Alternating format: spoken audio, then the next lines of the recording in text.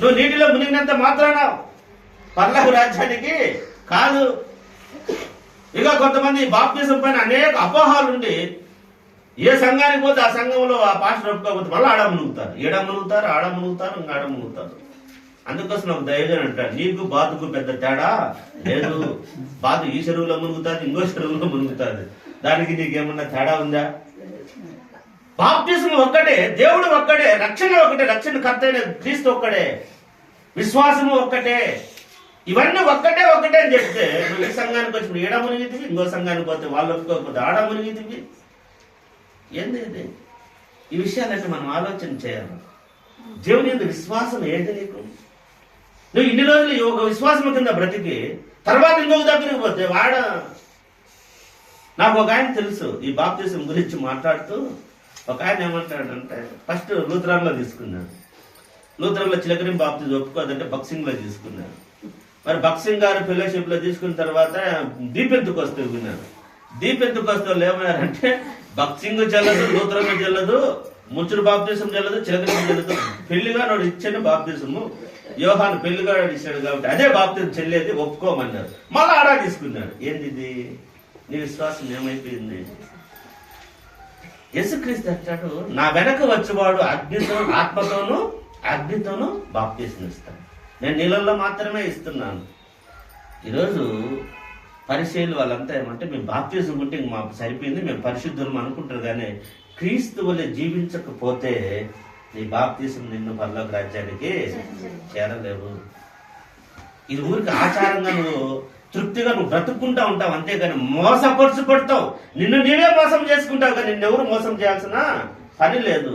నేను బాప్తిజం తీసుకున్నా, నేను ఇంక ఏం చేసినా నాకు దేవుడు పరలోక రాజ్యం వస్తుంది, నేను క్రైస్తవుడులే అనుకుంటే నువ్వు పొరపాటు, నిన్ను నువ్వు మోసం చేసుకున్నట్టే. 10 రూపాయలు మనం ఇతరుల దగ్గర మోసపోతే డబ్బు సంపాదించుకోను, కానీ ఆత్మను ఏం పోగొట్టుకుంటే ఏం చేస్తావు? నిన్ను నువ్వు మోసం చేసుకుంటే నరకానికి పోతే ఏం చేస్తావు? నరకం ఎలాగుంటుంది? భయంకరంగా ఉంటాను. ఇది ఎండల కాలం వస్తుంది, 42 డిగ్రీలు కాస్తే తట్టుకోలేము. ఆడ అగ్గి ఎప్పుడు ముడుతూ ఉంటే ఏం చేస్తాం? భయం వస్తుంది. నేను అనుకుంటాను, ఎండ ఎక్కువ కాసినప్పుడు అనుకుంటా, ఈ ఎండకే తట్టుకోలేకపోతున్నాను దేవా, పొరపాటున నరకానికి పోతే చచ్చిపోవాలని ఆత్మహత్య చేసుకోవాలంటే వెసులుబాటు లేదు. అక్కడ ఆత్మహత్య చేసుకోలేం, కాలుతా ఉండాలి. అగ్ని ఆరదు, పురుగు అంటే ఎవరు? మనమే. పురుగు అంటే ఇంకో పురుగులు ఉంటాయో కాదు, మనమే చచ్చిపోవాలి. అందుకోసం బాప్తిజం ఇచ్చి యోహాను చెప్తున్నాడు, ధర్మశాస్త్రము మరి చాలా మరి దాని కింద ఉన్నాము. ఈ బాప్తిజం ఇచ్చి యోహాను చెప్తున్నాడు, వాళ్ళకి ఏమంటున్నాడంటే, సర్ప సంతానమా, ఎవర్రా మీకు బుద్ధి చెప్పింది అంటారు. సర్ప సంతానం మనుషులను సర్ప సంతానం అని ఎందుకు అంటున్నాడు అంటే, 2 నాలుకలు ధోరణి కలిగి ఉంటాడు. పాముకి ఏముంటాయి? 2 నాలుకలు ఉంటాయి. నాలుగు ఒకటే ఉంటుంది, ముందుకు వచ్చినాక కొన్ని డబుల్ చీలు ఉంటాడు, అందుకు 2 నాలుకలు పాము అంటే. 2 నాలుకలు అంటే సర్ప సంతానం అంటే, ఇప్పుడు ఒక మాట చెప్తాడు, సాయంత్రం ఒక మాట చెప్తాడు. వాడేమో అన్నేమంటాడు, సర్ప 2 నాలుకలు ఓడరా అంటాడు, 2 మాటలు ఓడరా అంటాడు. అది సర్ప సంతానం అంటే అటువంటి వాడు. ఇంకొక మాట ఏమంటే, సర్పం ఏం చేస్తుంది? పొర విడుస్తుంది అంట. మనం ఏమంటాం?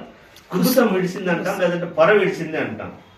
అది పొర విడిచినంత మాత్రాన అది నీట్గా ఉన్నట్టు కాదు, మంచిదన్నట్టు కాదు, కొత్తదైనట్టు కాదు. దాని తలలో ఉన్న విషం పోవాలి, దాని గుణం పోవాలి. ఈరోజు మనం కూడా అంతే, నూతన సంవత్సరంలోకి వచ్చినాం. మన పైకి కొత్తగా కనపడడానికి మనం ప్రయత్నం చేస్తున్నాం, కానీ మన మెదడులో ఉన్న చెడును తొలగించలేకున్నాం, చెడు ఆలోచనలు తొలగించలేకున్నాం. పాముకి ఏ విధంగా విషాన్ని అది తొలగించుకోలేకుండా ఉంటుందో, పొర మాత్రమే తొలగించుకుంటుంది, కానీ పాము ఆ కుబుసం మాత్రమే తొలగించుకుంటారు, విషాన్ని మాత్రము తొలగించుకోలేదు. ఈరోజు మానవుడు కూడా అంతే. మనకున్న చెడు ఆలోచనలు, చెడు తలంపులు, చెడు బుద్ధి, చెడు ఉద్దేశాలను తొలగించుకోకుండా బయటికి బాగా కనబడిపోతున్నాం, కానీ మంచిగా మన లోపల విషముతో దాగి ఉంటుంది. అందుకోసం నేను ఏం చెప్తానంటే, సర్ప సంతానం మీకు ఎవడు బుద్ధి చెప్పినాడు? మీరు మారుమనసు పొందండి, బాప్తిజం మాత్రమే తీసుకుంటే కాదు, క్రీస్తు వలె జీవించాలా, యేసు వలె బ్రతకాలా. యేసు ఎలా బ్రతికాడు ఈ లోకంలో? ఆయన కొట్టే వాళ్ళని కూడా వీళ్ళు ఏం చేస్తారో మాకు తెలియదు దేవా, క్షమించండి. కొట్టే వాళ్ళని కూడా ఏమన్నాడు? క్షమించు దేవా అన్నాడు. ఈ దినాన క్షమాగుణం. ప్రపంచంలో యేసుక్రీస్తు మరి క్రిస్టియానిటీ అభివృద్ధి చెందడానికి కారణం ఏమంటే ఈ క్షమాగుణం ఒకటే. ఈరోజు మన భారతదేశంలో మైనారిటీస్ కానీ ప్రపంచంలో మెజారిటీస్. 750 కోట్లు ఉంటే 400 కోట్లు క్రిస్టియానిటీ ఉన్నారు. సెకండ్ ప్లేస్ ముస్లిమ్స్ ఉన్నారు. థర్డ్ ప్లేస్ లో దేవుడే లేడనే వాళ్ళు ఉన్నారు, నాస్తికులు. ఫోర్త్ ప్లేస్ లో హిందూస్ ఉన్నారు. ఎట్లా కొట్టి చూడండి ఎప్పుడన్నా ఏ ప్లేస్ లో హిందూస్ ఏ ప్లేస్ లో ఉన్నారు, క్రిస్టియానిటీ ఏ ప్లేస్ లో ఉన్నది, ముస్లిమ్స్ ఏ ప్లేస్ లో ఉన్నది, నాస్తికులు దేవుడే లేడనే వాడు 3వ ప్లేస్ లో ఉన్నాడు ప్రపంచవ్యాప్తంగా. దేవుని ప్లీజ్ సంగమా జ్ఞాపకం చేస్తాం. ఇవన్నీ మనం ఆలోచన చేయాలి. దేవుని వలె జీవించాలా, దేవుని వలె బ్రతకాలని దేవుని వాక్యం సెలవిస్తున్నది. చూడండి మత్తయి సువార్త 23వ అధ్యాయం 28వ వచనంలో ఏమన్నా చూడండి. మత్తయి సువార్త 23